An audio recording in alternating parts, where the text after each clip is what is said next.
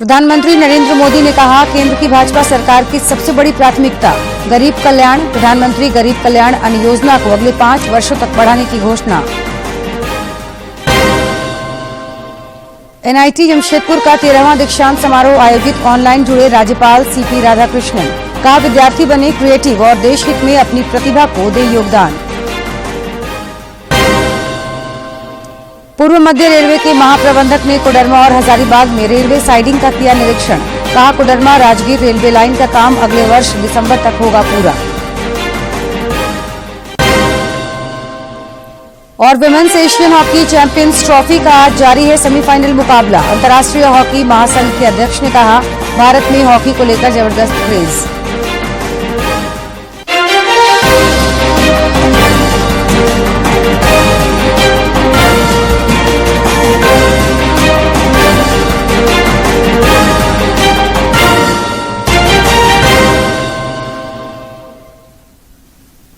नमस्कार, खबरें झारखंड में आपका स्वागत है। मैं हूं जयलक्ष्मी और अब समाचार विस्तार से। प्रधानमंत्री नरेंद्र मोदी ने आज छत्तीसगढ़ के दुर्ग में एक चुनावी सभा को संबोधित करते हुए कहा कि प्रधानमंत्री गरीब कल्याण अन्न योजना को अगले 5 वर्षों के लिए बढ़ाया जाएगा। इस योजना के तहत देश भर में लगभग 80 करोड़ लोगों को प्रतिमाह 5 किलो मुफ्त अनाज दिया जाता है। उन्होंने कहा कि केंद्र की भारतीय जनता पार्टी सरकार की सबसे बड़ी प्राथमिकता गरीब कल्याण है। इस योजना की वजह से आज भी छत्तीसगढ़ के लाखों गरीबों को मुफ्त चावल और चना मिल रहा है। साथियों, प्रधानमंत्री गरीब कल्याण अन्न योजना सरकार के हिसाब से इस दिसंबर में पूरी हो रही है, लेकिन आपका ये बेटा जो गरीबी जी करके आया है, गरीबों के बीच से निकल करके आया है, ये आपका बेटा, आपका भाई, उसने एक और निश्चय कर लिया है। मेरे गरीब भाइयों बहनों, मैं देश के गरीब भाइयों बहनों को आज दूर की धरती से बताना चाहता हूं, मैंने निश्चय कर लिया है, देश के 80 करोड़ गरीबों को मुफ्त राशन देने वाली योजना को भाजपा सरकार अब अगले 5 साल के लिए और बढ़ाएगी।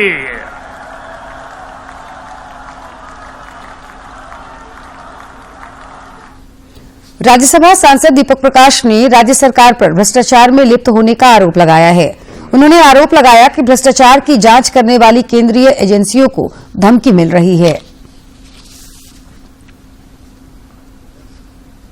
के भी अफसरों पर जिस प्रकार से धमकी आ रही है, जिस प्रकार से षड्यंत्र रचा जा रहा है, उनकी जांच करने वाले अफसरों पर जान खतरे में है। इससे दुर्भाग्यपूर्ण क्या हो सकता है हेमंत सोरेन जी? कम से कम कानून व्यवस्था और कानून का राज तो कम से कम इस प्रदेश में चलने दीजिए, निष्पक्ष जांच होने दीजिए। क्यों डरे हुए हैं, क्यों सहमे हुए हैं, क्यों पलायन कर रहे हैं जांच एजेंसियों से आप? भाजपा के प्रदेश अध्यक्ष बाबूलाल मरांडी ने आरोप लगाया कि राज्य में बालू का अवैध उत्खनन लगातार जारी है। सोशल मीडिया एक्स पर एक वीडियो पोस्ट कर उन्होंने आरोप लगाया कि देवघर के धराबादी बालूघाट पर बिना टेंडर के बालू का उठाव अवैध तरीके से किया जा रहा है।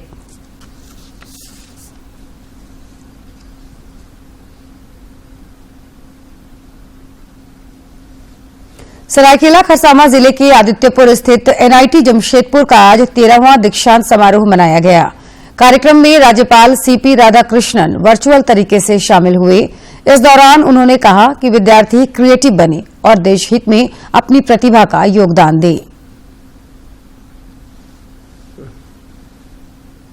एनआईटी जमशेदपुर के 13वें दीक्षांत समारोह को राज्यपाल सीपी राधाकृष्णन ने वर्चुअली संबोधित किया। उन्होंने सभी विद्यार्थियों को शुभकामनाएं दी और देश हित में अपनी प्रतिभा का योगदान देने की अपील की।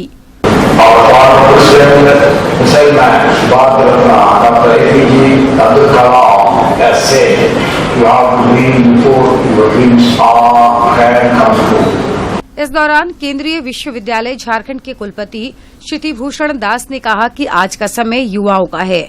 उन्होंने कहा कि आप स्टार्टअप के जरिए जॉब प्रोवाइडर बन सकते हैं। So you can say in 35 years of time, we have increased only approx 3 trillion of USD in our GDP. दीक्षांत समारोह के दौरान मौजूद JSW पावर एंड स्टील के अध्यक्ष अनिल कुमार सिंह और रिटायर IPS टी कृष्णा प्रसाद ने विद्यार्थियों से देश की प्रगति में अपना योगदान देने की अपील करते हुए उन्हें शुभकामनाएं दी।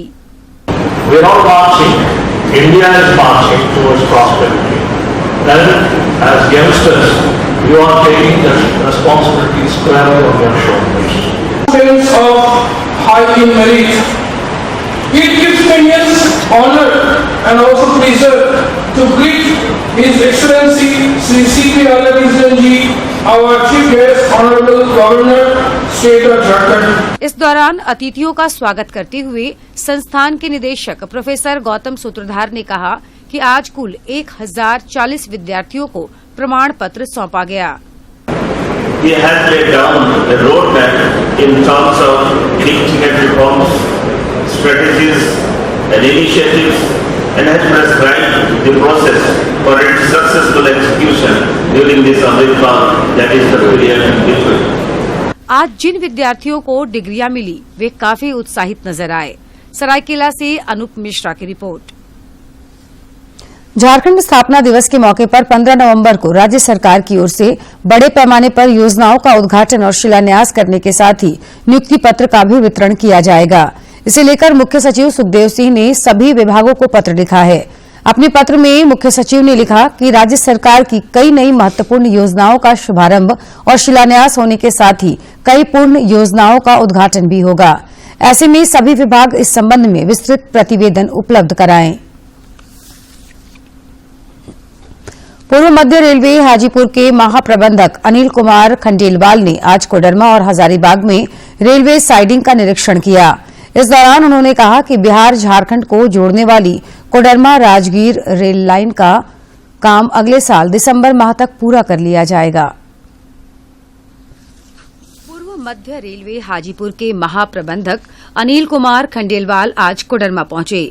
इस दौरान उन्होंने कहा कि कोडरमा राजगीर रेल रूट पर 4 टनल का बनाया जा रहा है। इसके कारण निर्माण कार्य में प्रगति थोड़ी धीमी है। हालांकि अगले साल दिसंबर तक निर्माण कार्य पूरा कर लिए जाने का उन्होंने भरोसा दिलाया है। अगले साल एक ब्लॉक सेक्शन दिसंबर तक इस साल हो जाएगा और जो बचा हुआ है अगले साल दिसंबर में हो जाएगा। हजारीबाग टाउन के बोनादाग रेलवे साइडिंग का निरीक्षण करने के लिए महाप्रबंधक स्पेशल सैलून से हजारीबाग के लिए रवाना हुए। महाप्रबंधक ने कहा कि रेल सुविधाओं के विस्तारीकरण के लिए नियमित तौर पर मॉनिटरिंग की जा रही है। मालूम करना कि क्या चल रहा है और क्या करना चाहिए, फीडबैक देके और इम्प्रूव करना आप लोगों की सर्विस, ट्रेन सर्विस, लोडिंग। उन्होंने कहा कि कोडरमा राजगीर नई रेल लाइन पर 16 किलोमीटर रेलवे ट्रैक बिछाने का कार्य अभी बाकी है। इसके अलावा उन्होंने पटना रांची वंदे भारत एक्सप्रेस ट्रेन के सुगम परिचालन को लेकर निर्धारित रूट पर जल्द से जल्द फेसिंग का कार्य पूरा करने की भी बात कही। कोडरमा से गजेंद्र बिहारी की रिपोर्ट। पलामू के हैदरनगर थाना क्षेत्र के करीमंडी गांव के पसियाडीह टोला निवासी निर्मला देवी ने आज घरेलू विवाद के कारण अपने 3 बच्चों के साथ पोखरा में कूदकर आत्महत्या कर ली।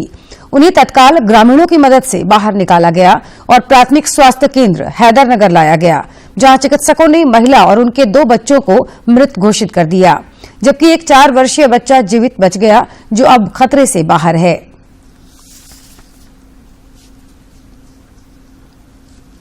सेंटर फॉर यूरोपियन स्टडीज और जवाहरलाल नेहरू यूनिवर्सिटी के संयुक्त तत्वाधान में सेंट जेवियर कॉलेज रांची में 2 दिवसीय अंतर्राष्ट्रीय संगोष्ठी का आयोजन किया गया। संगोष्ठी के दौरान वक्ताओं ने छात्रों को यूरोपियन यूनियन के संबंध में महत्वपूर्ण जानकारी दी। रांची के सेंट जेवियर कॉलेज में आयोजित 2 दिवसीय अंतर्राष्ट्रीय संगोष्ठी के दौरान यूरोपियन यूनियन की बनावट, कार्य सिद्धांत और चुनौतियों के संबंध में महत्वपूर्ण जानकारियां दी गईं। विद्वान प्रोफेसर बीके सिन्हा ने बताया कि अंडर ग्रेजुएट के छात्रों के लिए यूरोपियन यूनियन जैसे विषयों की समझ थोड़ी मुश्किल होती है। ऐसे में अंतर्राष्ट्रीय स्तर के इन विषयों के माहिर जानकारों को सुनना इसके लिए काफी लाभदायक होगा। इस मंच के माध्यम से हमारी कोशिश रही है कि इन बच्चों को यूरोपियन यूनियन की एक बेहतर समझ हम बता सकें, समझा सकें, ताकि राजनीति का अध्ययन करते हुए और विशेष रूप से अंतर्राष्ट्रीय राजनीति का अध्ययन करते हुए यूरोपियन यूनियन कहाँ जगह पाता है, इसको वो बेहतर तरीके से समझ सकें और कैसे वो अंतर्राष्ट्रीय राजनीति को प्रभावित कर रहा है, उसका एक आकलन करने में वो सक्षम हो। प्रोफेसर श्री सिन्हा ने कहा कि यूरोपियन यूनियन इन दिनों काफी चर्चा में है।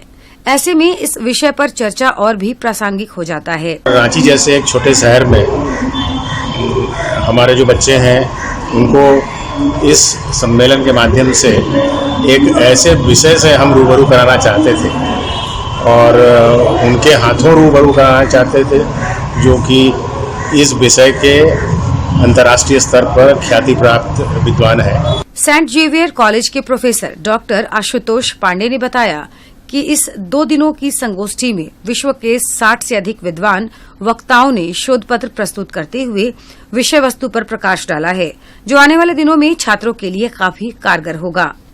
आने वाली भावी संभावनाओं और चुनौतियों का किस प्रकार से सामना किया जा सकता है, इन सभी विषयों पर हमने अभी इस संगोष्ठी का आयोजन किया है और कुल 60-62 पार्टिसिपेंट्स हैं, जिन्होंने विभिन्न विषयों पर अपने शोध पत्र प्रस्तुत करते हुए अपने विषय से संबंधित विभिन्न गहराइयों को जो है वो इस मंच पर उतारने का प्रयास किया है। भविष्य की चुनौतियों को लेकर समकालीन विश्व राजनीति में तेजी से हो रहे बदलाव का विद्यार्थियों के लिए समझना और उसका विश्लेषण काफी महत्वपूर्ण हो जाता है। इस लिहाज से इस 2 दिवसीय अंतर्राष्ट्रीय संगोष्ठी का महत्व और भी बढ़ जाता है। रांची से अवधेश गौतम की रिपोर्ट। रांची के डॉक्टर श्यामा प्रसाद मुखर्जी विश्वविद्यालय के सभागार में अनुसूचित जाति के संवैधानिक एवं कानूनी अधिकार, वनाधिकार एवं पेशा कानून विषय पर आज एक परिचर्चा का आयोजन किया गया।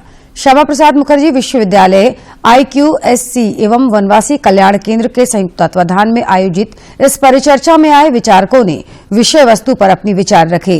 परिचर्चा में भाग ले रहे वक्ताओं ने कहा कि ग्राम सभा का परंपरागत संचालन के नियमों को कानूनी मान्यता मिलनी चाहिए। वक्ताओं ने जनजातीय समाज के उत्थान में पंचायती राज व्यवस्था को महत्वपूर्ण बताया।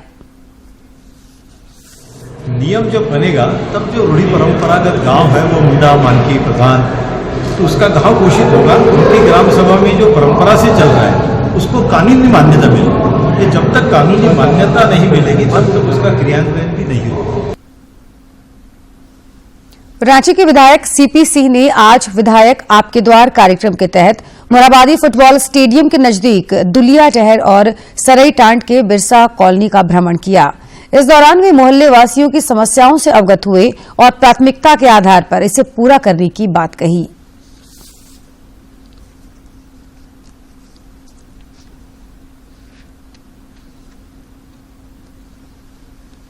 मुंबई में 15वें जनजातीय युवा आदान प्रदान कार्यक्रम के भाषण प्रतियोगिता में सरायकेला खरसावां जिला स्थित कुचाई की आदिवासी लड़की साधु समद ने प्रथम पुरस्कार जीता है।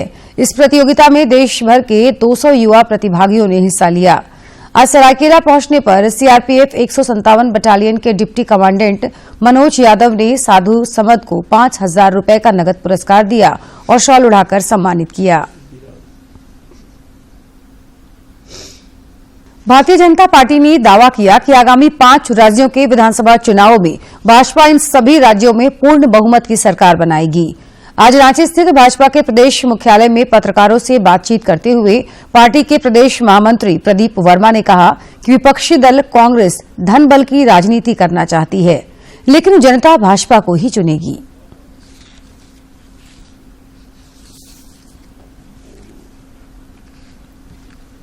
युवाओं को रोजगार से जोड़ने और लोगों के बीच स्वरोजगार और उद्यमिता के विषय पर व्याख्यान देने के लिए रामगढ़ की सुनीता कुमारी आज केन्या के लिए रवाना हुई। केन्या में हो रहे युवा सम्मेलन में झारखंड से सुनीता कुमारी को वक्ता के रूप में आमंत्रित किया गया है। जिले के दुलमी प्रखंड की आदिवासी महिला सुनीता कुमारी TIRF नामक एक संस्था से जुड़ी है और यह संस्था रामगढ़ के युवाओं का मार्गदर्शन कर उन्हें आजीविका से जोड़ने का काम कर रही है। कि केन्या में अपना बात रख सकूं, यहाँ की महिलाओं का बात रख सकूं, यहाँ की युवाओं का समस्या का बात रख सकूं तो इसके लिए मैं बहुत उत्साहित हूँ और बहुत खुश हूँ कि मैं पहली बार इंडिया से बाहर जा रही हूँ, झारखंड से पहली बार बाहर जा रही हूँ। और बाकी महिलाओं के लिए मैं बोलना चाहूँगी कि जिस तरह आज मुझे ये मौका मिला है, तो मैं चाहूँगी कि बाकी महिलाएं भी घर से निकलें और वो भी हमारे देश की, झारखंड की, हमारे इंडिया की भागीदारी में साथ लें और कैसे हम आजीविका को आगे बढ़ाएं, इसके लिए वो भी अपना कदम आगे बढ़ाएं। और अब कुछ खबर राज्य के विभिन्न जिलों से।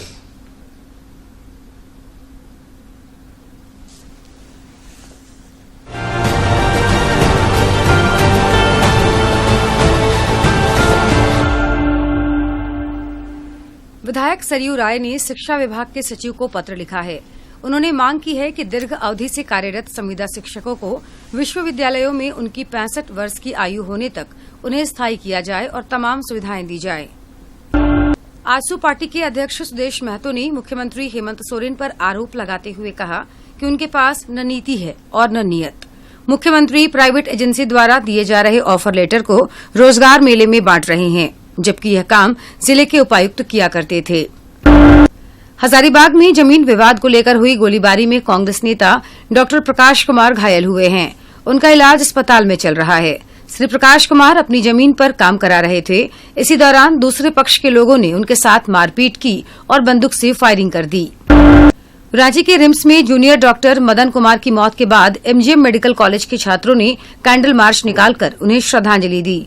छात्रों ने कहा कि यह आत्महत्या है या हत्या, इसकी उच्च स्तरीय जांच होनी चाहिए। जमशेदपुर में अब वाहन मालिकों को अपने वाहन पर नंबर लिखवाने से पहले दुकानदार को आरसी बुक, पहचान पत्र का फोटोकॉपी और फोन नंबर देना होगा। जिले के एसएसपी किशोर कौशल ने सभी थानेदारों को रजिस्ट्रेशन नंबर लिखने वाले दुकानदारों का डेटा कलेक्ट करने का आदेश दिया है। रिम्स से फरार कैदी सुभाष मुंडा मामले में नया मोड़ आया है। फरार कैदी सुभाष मुंडा को जिस थाने से जेल ले जाया गया था, उसने उसी थाने में सरेंडर कर दिया है। मामला चुटिया थाना से संबंधित है। कल सुभाष मुंडा ने चुटिया थाना प्रभारी वेंकटेश प्रसाद के समक्ष आत्मसमर्पण किया है। गोवा में T20 गोल्ड कप खेलने पहुंची झारखंड की 18 सदस्यीय टीम की वापसी में ट्रेन छूट गई। ऐसी विकट स्थिति में मधुपुर के रहने वाले गंगा नारायण सिंह ने टीम की मदद की। उन्होंने टीम के सभी 18 सदस्यों को अपने गोवा स्थित आवास पर ले जाकर रात्रि भोजन का इंतजाम कराया। खूंटी के मारांगहाता थाना क्षेत्र से पुलिस ने 2 लुटेरों को धर दबोचा है। दोनों जिले के सुदूर क्षेत्रों में व्यापारी और राहगीरों को टारगेट बनाते थे और लूटपाट करते थे। हाल के दिनों में एक व्यवसायी से लूटपाट की घटना के बाद थाने में उनके खिलाफ मामला दर्ज कराया गया था। गुमला स्थित पालकोट के पिंजराडीपा में एक अनियंत्रित ऑटो के पलट जाने से उसमें सवार 10 लोग घायल हो गए। सभी घायलों को अस्पताल में भर्ती कराया गया है। ये सभी लोग कर्मा पर्व मनाकर पालकोट से गुमला आ रहे थे। गंभीर रूप से घायलों में 4 महिला और 1 पुरुष शामिल हैं।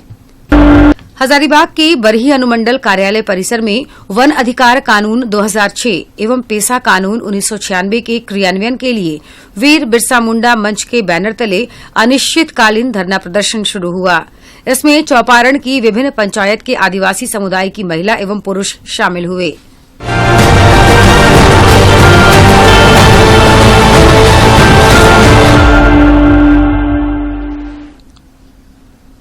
मौसम विज्ञान केंद्र रांची ने अपने पूर्वानुमान में कहा कि कल भी राज्य के कई हिस्सों में आसमान में बादल छाए रहेंगे। मौसम विज्ञान केंद्र ने कहा कि 6 नवंबर से मौसम पूरी तरह साफ हो जाएगा और उसके बाद न्यूनतम तापमान में गिरावट दर्ज की जाएगी। इस वजह से धीरे धीरे ठंड बढ़नी शुरू हो जाएगी।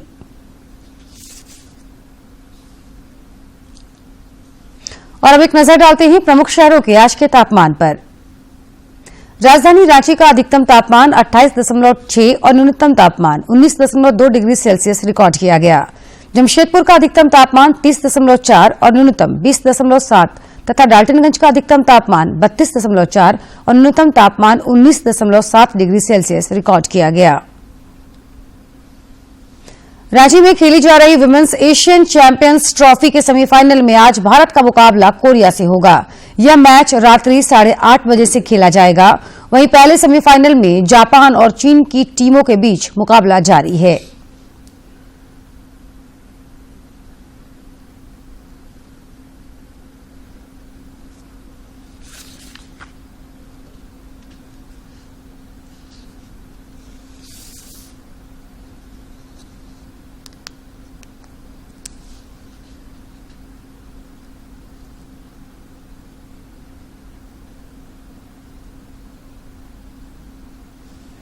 अंतर्राष्ट्रीय हॉकी महासंघ के अध्यक्ष तैयब इकराम ने हॉकी झारखंड कार्यालय में एक प्रेस वार्ता को संबोधित करते हुए कहा कि भारत हॉकी के लिए एक महत्वपूर्ण देश है।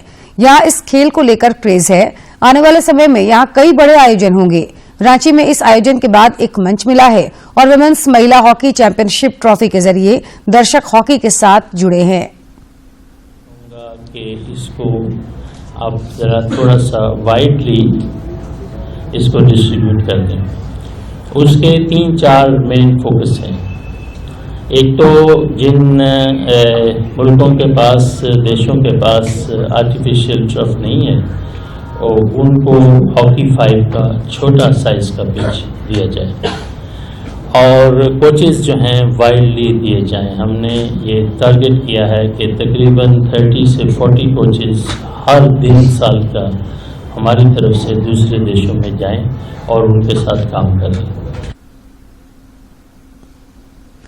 देवघर की छोटी गुप्ता ने गोवा राष्ट्रीय खेल में झारखंड के लिए पहला स्वर्ण पदक जीत लिया है। लॉन बॉल एकल महिला में छोटी गुप्ता ने यह स्वर्णिम सफलता पाई। फाइनल मुकाबले में छोटी ने बंगाल की वीणा को 21-13 से हराया। इससे पहले सेमीफाइनल में छोटी गुप्ता ने असम की नयनमणि सैकैया को 21-12 से हराया था। नयनमणि राष्ट्रमंडल गोल्ड मेडलिस्ट सह अर्जुना अवार्डी हैं। लॉन बॉल के इतिहास में पहली बार झारखंड को एकल महिला में स्वर्णिम सफलता हाथ लगी है। लॉन बॉल राष्ट्रीय खेलों का हिस्सा 2007 में बना था। आज के दिन की ऐतिहासिक और महत्वपूर्ण घटनाओं पर एक नजर डालते हैं।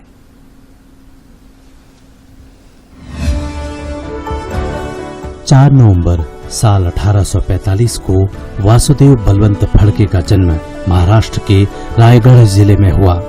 वे भारतीय स्वतंत्रता संग्राम के महान क्रांतिकारी थे। वासुदेव फड़के भारत के स्वतंत्रता संग्राम के एकमात्र ऐसे क्रांतिकारी थे जिन्हें आदि क्रांतिकारी भी कहा जाता है। वे साल 1857 की प्रथम संगठित महाक्रांति की विफलता के बाद आजादी की लड़ाई में शामिल हुए। बलवंत फड़के ब्रिटिश सरकार के विरुद्ध सशस्त्र विद्रोह का संगठन करने वाले मुख्य क्रांतिकारियों में से एक थे। साल 1879 में फड़के अंग्रेजों द्वारा पकड़े गए और आजीवन कारावास की सजा देकर उन्हें अदन जेल भेज दिया गया। 4 नवंबर साल 1954 को हिमालय पर्वतारोहण संस्थान की स्थापना हुई। इसकी स्थापना का मुख्य उद्देश्य भारत में पर्वतारोहण को खेलों के रूप में बढ़ावा देने के लिए किया गया। इस संस्थान को दार्जिलिंग क्षेत्र में लगभग 6,900 फीट की ऊंचाई पर बनाया गया। तेंजिंग नोर्गे और सर एडमंड हिलेरी ने साल 1853 में एवरेस्ट की चढ़ाई की थी। तेंजिंग नोर्गे एक नेपाली पर्वतारोही थे जिन्हें एवरेस्ट और केदारनाथ के प्रथम मानव चढ़ाई के लिए जाना जाता है। एडमंड हिलेरी के साथ वे पहले व्यक्ति हैं जिन्होंने माउंट एवरेस्ट की चोटी पर पहला मानव कदम रखा।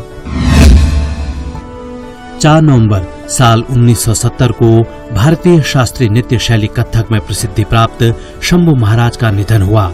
इनका वास्तविक नाम शंभुनाथ मिश्र था। शंभू महाराज का लखनऊ। और खबरों के अंत में एक नजर मुख्य समाचार पर।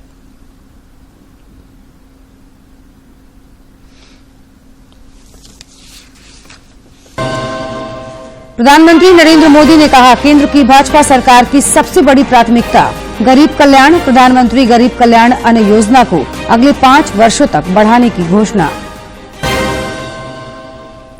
एनआईटी जमशेदपुर का 13वां दीक्षांत समारोह आयोजित। ऑनलाइन जुड़े राज्यपाल सीपी राधाकृष्णन। कहा, विद्यार्थी बने क्रिएटिव और देश हित में अपनी प्रतिभा का दे योगदान। पूर्व मध्य रेलवे के महाप्रबंधक ने कोडरमा और हजारीबाग में रेलवे साइडिंग का किया निरीक्षण। कहा, कोडरमा राजगीर रेलवे लाइन का काम अगले वर्ष दिसंबर तक होगा पूरा।